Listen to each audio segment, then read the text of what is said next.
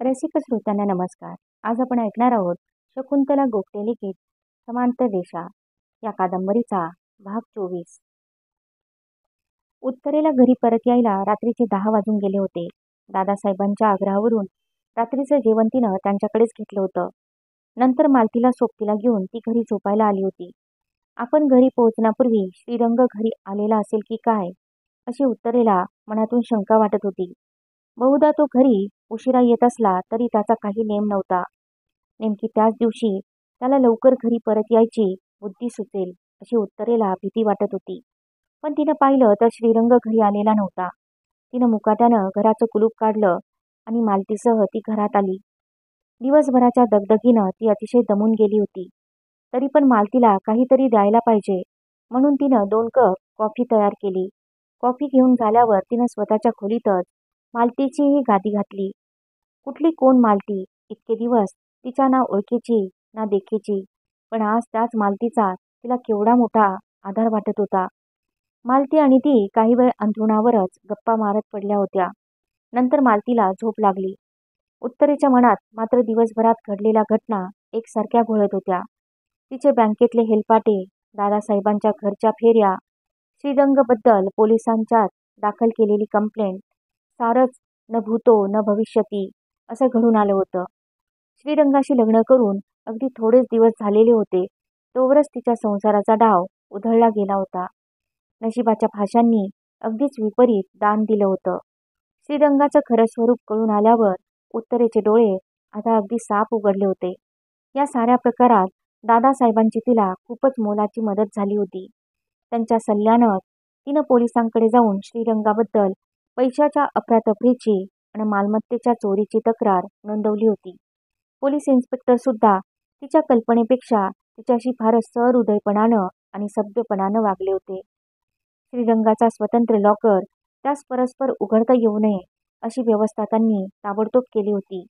श्रीरंगाचे पैसे दुसऱ्या कुठल्या बँकेत आहेत का, तसेच त्याचे आर्थिक व्यवहार कुठे कुठे आहेत व कुणाकुणाशी आहेत, या गोष्टींचाही तपास त्यांनी सुरू ठेवला होता. श्रीरंगाला इतक्यात या गोष्टींची चाहूल लागू द्यायची नाही असं तिला दादासाहेबांनी आणि पोलीस इन्स्पेक्टरांनीही सांगितलं होतं. पण आज ना उद्या श्रीरंगाला या गोष्टी कळणार होत्या.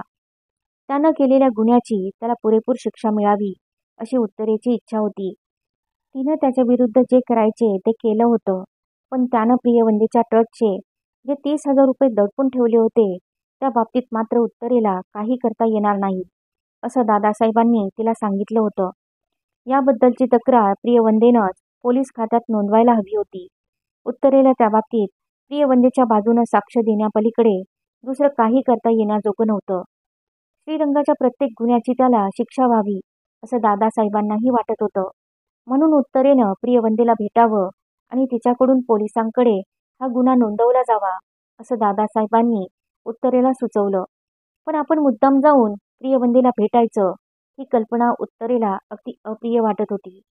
श्रीरंगाला त्याच्या सर्व अपराधांचं शासन व्हायला हवं हे कळत असून सुद्धा त्यासाठी आपण स्वतःहून प्रियवंदेकडे जाणं तिला कमीपणाचं वाटत होतं. प्रियवंदेवरचा राग आणि प्रियवंदेनं तिला दिलेला मनस्ताप ती अद्याप विसरू शकत नव्हती. तिच्या मनाची अगदी द्विधा अवस्था झाली होती. श्रीरंगाला शासन व्हावं म्हणून आपण प्रियवंदेकडे जायचं की आपल्याला प्रियवंदेकडे जाणं नकोसं वाटतं म्हणून श्रीरंगाला ते 30,000 रुपये खुशाल गिळंकृत करू द्यायचे. दोन्ही गोष्टी उत्तरेला सारख्याच नकोशा वाटत होत्या. दोन्हीकडून तिच्या मनाची ओढाताण होत होती.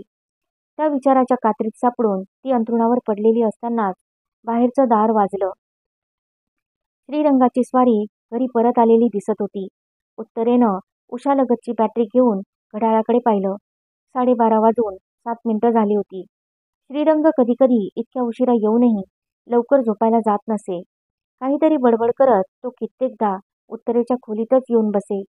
आजही त्यानं तसं केलं तर मालतीला घरी झोपायला आलेली पाहून त्याला आश्चर्य वाटणार आणि त्याबद्दल तो अनेक प्रश्न विचारणार असं उत्तरेला वाटत होतं. त्याबद्दल श्रीरंगाला काय सांगावं याचा मनाशी विचार करतच उत्तरेनं दार उघडलं. पण श्रीरंगानं तिच्याशी काही न बोलता सरळ त्याच्या खोलीचाच रस्ता धरला. हे पाहून तिचा जीव भांड्यात पडला. सुटकेचा निश्वास सोडत घराचं दार आतून बंद करून घेऊन तीही तिच्या अंथरुणावर जाऊन पडली. त्यानंतर 5-10 मिनिटातच आपोआपच तिचा डोळा लागला. सकाळी श्रीरंग खूप उशिरा उठत असे. तो उठण्यापूर्वी चहा वगैरे घेऊन मालती तिच्या घरी परत देखील गेली होती. ती झोपायला आल्याचं श्रीरंगाला समजलंच नव्हतं. पहिल्या रात्रीप्रमाणे दुसऱ्या रात्रीही मालती उत्तरेच्या सोबतीला झोपायला आली होती. पण त्याही रात्री श्रीरंगाला काही पत्ता न लागता सगळं सुरळीत पार पडलं. श्रीरंग 2 दिवसात बँकेत गेलेला दिसत नव्हता. उत्तरेनं आपल्या विरुद्ध अशी काही कारवाई केली आहे याचा त्याला संशय देखील आलेला नव्हता. त्याला ते कळल्यानंतर मात्र चांगलाच भडका उडणार होता. श्रीरंगाच्या तापट स्वभावाची थोडीशी चुणूक उत्तरेने बघितलेली होती.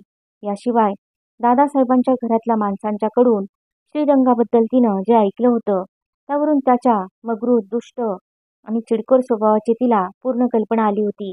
त्यामुळे श्रीरंगाला हे सर्व समजल्यानंतर तो कसा चवताळून उठेल, क्रोधानं कसा थैथयाट करेल याचं चित्र तिच्या नजरेसमोर उभं राहत होतं. आणि दरवेळी ते चित्र पाहताना तिच्या अंगाचा थरकाप होत होता. तिसऱ्या दिवशी सकाळी श्रीरंग घराबाहेर पडल्यानंतर तिचं मन उगीचच अतिशय अस्वस्थ झालं होतं. या साऱ्या गोष्टीचा सोक्षमोक्ष एकदा लवकर लावलेला बरा असं तिला वाटत होतं. तिचं सहज कॅलेंडरकडे लक्ष गेलं आणि ती दचकली. 9 तारीख, अरविंद गेल्याची तारीख. एकाएकी तिला अरविंदाची अतिशय आठवण झाली. तिचं श्रीरंगाशी लग्न होण्यापूर्वी अरविंदाविषयी तिचं मन कलुषित झालं होतं. पण आता श्रीरंगाशी तुलना करताना अरविंदानं केलेला अपराध तिला खूपच सौम्य वाटायला लागला होता. अरविंदाची मूर्ती तिच्या नजरेसमोर उभी राहिली. त्याची हसतमुख चर्या, शांत, स्निग्ध डोळे, हसताना त्याच्या जीवनीच्या कोपऱ्यात पडणारी ती मुरड, त्याचा गरीब, मनमिळावू स्वभाव आणि गोड बोलणं सारं तिला आवडत होतं. एकेकाळी ती आणि अरविंद समरसतेनं संसार करत होते. तेव्हाचे ते सुखाचे दिवस आणि प्रीतीनं रंगलेल्या त्या गोड रात्री तिला आठवल्या. अरविंदानं तिला फसवून प्रियवंदेवर प्रेम केलं होतं. हे जरी खरं असलं तरी त्याचा तो गुन्हा काहीसा परिस्थितीमुळेच झाला होता. हे तिला मनाशी कबूल करावं लागलं होतं. श्रीरंगाच्या तुलनेनं अरविंदाच्या हातून घडलेला गुन्हा खरोखरच फार लहान होता असं तिच्या मनात आलं आणि ती अतिशय अस्वस्थ, व्याकुळ झाली. अरविंदाच्या त्या आठवणींनी बेचैन होऊन नकळत तिची पावलं त्याच्या खोलीकडे वळली. तिची नजर खोलीतल्या वस्तूंवर फिरू लागली. आता ती खोली श्रीरंग वापरत होता. पण पूर्वीची सामानांची मांडणी श्रीरंगानं विशेष बदलली नव्हती. याच पलंगावर शेवटी अरविंद पडलेला असायचा. आजारानं क्रुद्ध झालेला आणि उदास चेहऱ्याचा तो अरविंद तिच्या नजरेला दिसू लागला. त्याचे डोळे माझ्याशी अशी कठोर वागू नकोस ग, अशी आपली विनवणी करतायत असा तिला भास झाला आणि तिला एकदम रडू कोसळलं. अरविंदाच्या शेवटच्या दिवसात तिनं त्याला किती छळलं होतं. त्याच्याशी करू नये इतकं निर्दयपणाचे वर्तन तिनं केलं होतं. ते आठवून तिला फार वाईट वाटत होतं. पण या पश्चातापाचा आता काही उपयोग नव्हता. अरविंद वापरत असे त्या रायटिंग टेबलापासच्या खुर्चीवर बसून तिनं डोकं टेकवलं. तिच्या डोळ्यातले अश्रू टेबलावर सांडत होते. काही वेळानं तिनं वर मान केली आणि डोळे पुसले. टेबलाचा वरचा खण उघडून तिनं त्यातल्या सामानाकडे पाहिलं. तिथं आता श्रीरंगाचं सामान भरलेलं होतं. ते पाहून तिच्या कपाळावर आठी पडली. जणू श्रीरंगानं केलेलं ते अतिक्रमण तिला आवडत नव्हतं. पण लगेच तिनं असहाय्यपणे मान हलवली. हे अतिक्रमण तिच्या संमतीनंच झालं होतं. मग आता वाईट वाटून घेऊन काय फायदा होता. तिनं तो खण बंद केला. टेबलाच्या बाकीच्या खणातूनही आता श्रीरंगाच्या वस्तूच असणार असा विचार करून तिनं त्या खणात हात घातला नाही. पण त्या टेबलाच्या डाव्या बाजूच्या कोपऱ्यात एक निराळा कप्पा होता. माहितगाराशिवाय इतरांना समजून न येणारा चोर कप्पा. श्रीरंगानं तोही पाहिला असेल काय? कुतूहलानं तिनं तो कप्पा उघडून पाहिला. त्या कप्प्यात काळ्याभोर लेदरच्या कव्हरची एक जाडजूड डायरी आणि अरविंदाचं पेन होतं. श्रीरंगाच्या नजरेला त्या वस्तू पडलेल्या नव्हत्या हे उघड होतं. उत्तरेनं हळूच ती डायरी बाहेर काढली. ती अरविंदाची खाजगी रोजनिशी दिसत होती. अरविंद पूर्वी डायरी लिहित नव्हता हे तिला माहीत होतं. त्याच्या शेवटच्या दिवसातच त्यानं ही डायरी लिहिली असणार असं तिच्या मनात आलं.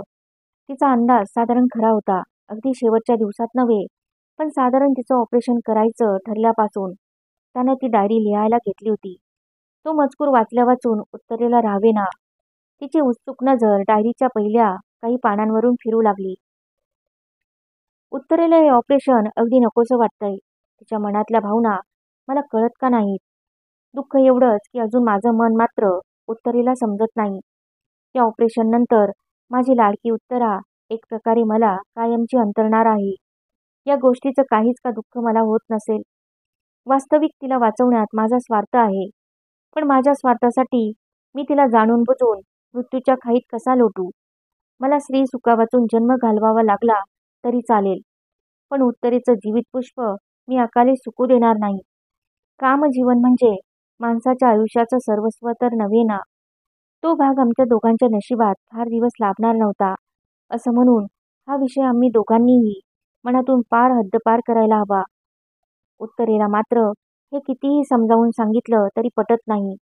तिला वाटतंय का मी तिच्यावर ऑपरेशनची सक्ती करून फार मोठा अन्याय करतोय. उत्तरा, कसं सांगू ग तुला? माझ्या मनातली भावना तुला आणखी कशी उकलून दाखवू? वेडे, तू माझ्यावर आता रागवते आहेस, पण कधी ना कधी तरी माझी निर्मल भावना तुलाही पटेल आणि तू माझ्यावरचा राग सोडशील अशी मला खात्री आहे. उत्तरेच्या डोळ्यांना पुढची अक्षरं दिसेनाशी झाली. अरविंदानं खरोखरच तिला किती परोपरीनं समजावलं होतं, पण तिनं त्याला कधी क्षमा केली नव्हती. आपली भूमिका, आपली निर्मल भावना तिला समजेल असा त्यानं बिचाऱ्यानं शेवटपर्यंत विश्वास बाळगला होता. पण ती त्या विश्वासाला अपात्र ठरली होती. तिचं स्त्रीत्व नष्ट झाल्यामुळे तिच्या इतकीच त्याच्या जीवनात अपूर्णता निर्माण होणार होती. पण तिनं मात्र आपल्या एकटीवरच अन्याय होतोय अशी कल्पना करून घेतली होती आणि त्याला छळलं होतं. मागं अरविंदाची बहीण उषा आजारी होती तेव्हा मरणांतिनी वैरानी असं न म्हणता शेवटच्या क्षणीच माणसानं वैर विसरून जावं आणि मन स्वच्छ ठेवावी असं अरविंदाला तिनं तत्ववेत्याचा आव आणून शिकवलं होतं. पण अरविंदाच्या शेवटच्या दिवसात मात्र ती स्वतःचं ते वाक्य विसरून अरविंदाशी अतिशय दुराग्रहानं वागली होती. आता पश्चाताप करूनही जे झालं ते तिला बदलता येत नव्हतं. डायरीचं मधलंच एक पान उघडून पुन्हा तिनं मजकूर वाचायला सुरुवात केली. माणूस जगाला फसवू शकतो, पण आपल्या मनाला फसवू शकत नाही असं म्हणतात. परंतु मी मात्र इतके दिवस माझ्या मनालाच फसवत आलोय. मला प्रिया फार आवडते, हवीशी वाटते. माझं तिच्यावर फार प्रेम आहे. ही गोष्ट मी माझ्या मनाशी देखील इतके दिवस कबूल केली नव्हती. मी हे असं का केलं? माझ्या मनाचीच अशी प्रतारणा मी का बरं केली? माझ्या हातून उत्तरेला दुखवायचं पाप प्रत्यक्षात नव्हे तर कल्पनेत सुद्धा कधी घडता कामा नये असं मला वाटत होतं म्हणूनच ना. पण आज मला कळतंय की माझं मन माझ्या ताब्यात नाही. असं एकीकडे घोकता घोकता माझ्या मनानं खरं म्हणजे दुहेरी पाप केलंय. प्रिया आणि उत्तरा या दोघींना मी दुखवलं आणि स्वतःच्या मनालाही मी फसवलं. मी विवाहित आहे हे मी प्रियाला कधीच का बरं सांगितलं नाही? तिला माझ्याविषयी काहीतरी विशेष वाटायला लागलंय हे मी ओळखलं होतं. मग तरी या भावनेपासून मी तिला का परावृत्त केलं नाही? या प्रश्नांची उत्तरं मला देता येत नाही. माझी मलाच या सारांची शरम वाटते. मी विवाहित आहे. प्रियासारख्या एका कोवळ्या वयाच्या भाबड्या भावना प्रधान कुमारिकेशी प्रणयाचा खेळ खेळायचा मला काही अधिकार नाही हे आज मला कळतंय. पण माझ्या हातून बिचारी प्रिया मात्र फार फार दुखावली गेली. प्रिया यापुढं मला कधीही भेटणार नाही, माझ्याशी बोलणार नाही. माझं लग्न झालंय हे समजल्यानंतर तिनं आमच्यातले स्नेह संबंध सुद्धा तोडून टाकलेत. तिची यात काहीच चूक नाही. पण पण प्रिया मला किती हवी आहे आणि तिच्यापासून दूर राहताना माझ्या मनाला किती यातना होणार आहेत त्या माझ्या मलाच ठाऊक. माझ्या मनाला उत्तरे वाचून दुसऱ्या कुठल्या स्त्रीचा कधीच मोह पडणार नाही अशी एकेकाळी मला खात्री वाटत होती. माझ्या मनाचा मला स्थान लागला नव्हता म्हणायचा. उत्तरेनं मला या बाबतीत दिलेला इशारा मी तेव्हा मानला नाही. माझ्या हातून पाळलं जाणार नाही असं एक अवघड वचन मी तिला देऊन बसलोय. या सारातून सुटायचा आता एकच मार्ग आहे. मुंबई कायमची सोडून कलकत्त्याला जायचा निर्णय जो मी घेतलाय तोच मला निश्चयानं पार पाडला पाहिजे. त्या प्रियदर्शनीपासून मला कायमचंच दूर केलं पाहिजे. उत्तरेला दिलेलं वचन माझ्या हातून निदान प्रत्यक्ष तरी मोडता कामा नये. त्या ओळी उत्तरेनं पुन्हा पुन्हा वाचल्या. अरविंदाविषयीच्या करुणेनं आणि मायेनं तिचं हृदय भरून आलं. अरविंद किती हळव्या मनाचा होता, किती पापभीरू होता. हे त्याच्या शब्दाशब्दातून तिला दिसत होतं. आपल्या हातून पाप घडू नये म्हणून त्यानं खूप धडपड केली होती. जाणून बुजून काही त्यानं उत्तरेला दुःख दिलं नव्हतं.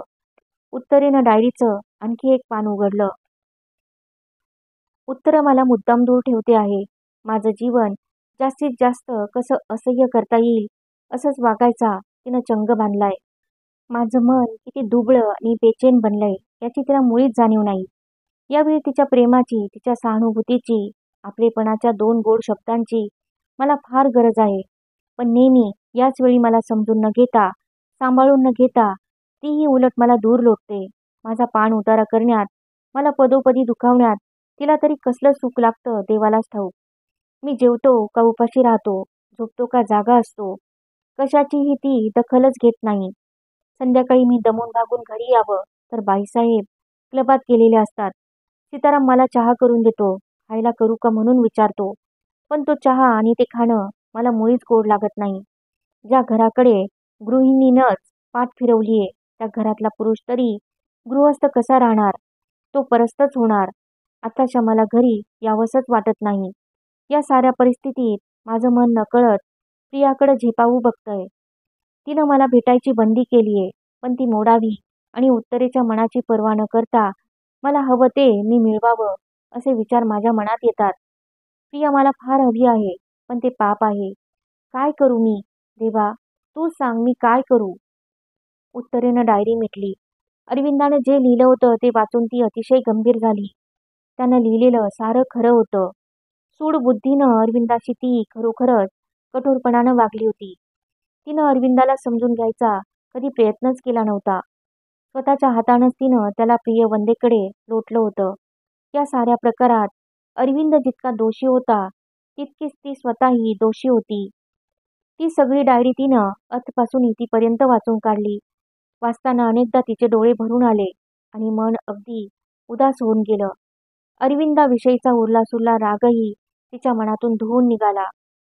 प्रियवंदेची बाजूही तिला नीट समजली. त्या मुलीनं अरविंदावर खरं मनापासून प्रेम केलं होतं. ते प्रेम मिळवण्यासाठी तिनं अनंत यातना हसतमुखानं सहन केल्या होत्या. अरविंदानं सुद्धा उत्तरेवर आपल्या हातून कमीत कमी अन्याय व्हावा या गोष्टीची जाणीव शेवटपर्यंत ठेवली होती. तसं करताना खरं म्हणजे प्रियवंदेवरच त्यानं अतिशय अन्याय केला होता. प्रियवंदा फार मोठ्या मनाची होती, असामान्य होती. तिच्या हातून घडलं ते पाप नव्हतं, तरीही तिनं त्याचं प्रायश्चित्त एक शब्दानंही न कुरकुरता भोगलं होतं. उत्तरेला ते सारं पाहताना स्वतःचीच लाज वाटत होती. शेवटी तर अरविंदाचं ते आत्मकथन वाचणं असह्य होऊन उत्तरेनं डायरी मिटली आणि हृदयाची ती घट्ट धरत ती स्फुंदत म्हणाली, अरविंद, अरविंद, मला क्षमा करा. तुमच्या हातून झाला त्याहूनही शतपट अधिक अपराध माझ्या हातून घडलाय. अगदी शेवटच्या क्षणी तुमच्या तोंडी तुमच्या प्रियाचं नाव आलं. त्याचा मला राग आला होता, पण तिची पुण्याई खरोखरच तशीच होती. तिच्या निस्वार्थी प्रेमाची सर माझ्या अप्पलपोट्या प्रेमाला कधीच येणार नाही.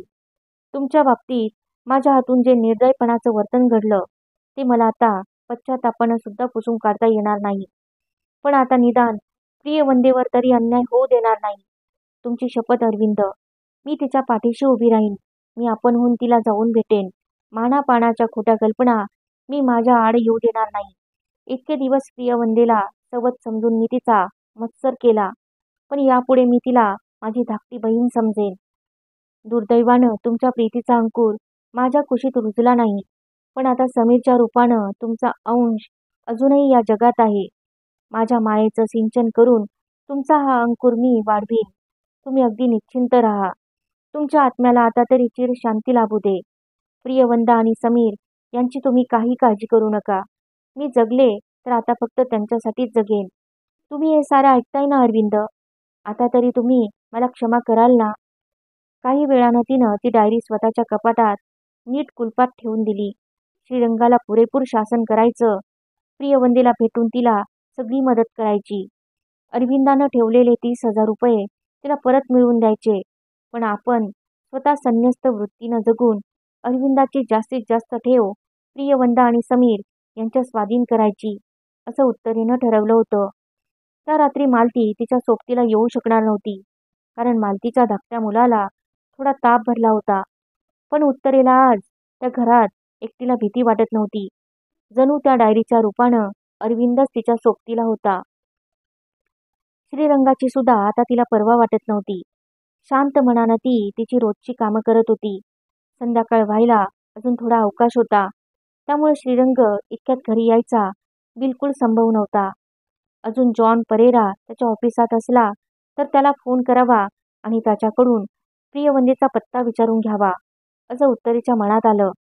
त्या विचारानं ती फोन पाशी केली आणि आता ती डायल फिरवणार इतक्यात बाहेरच्या दारावरची बेल खूप जोरात कर्कशपणानं वाजली.